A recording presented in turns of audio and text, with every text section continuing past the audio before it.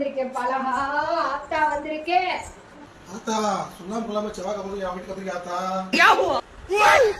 பலகா, உன்கிட்ட சொல்லிட்டு வரதுக்கு நானே இன்ஸ்டாகிராம்ல மெசேஜ் போட்டேன். பலகா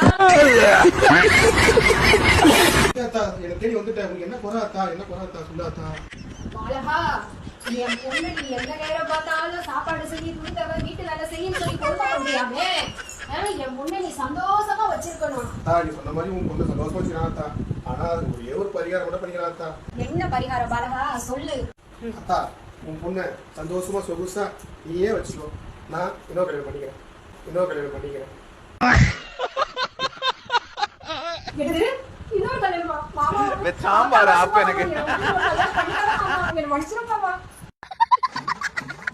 வீட்டு வாசி சொல்றேன். இப்ப வந்துல வழிக்கு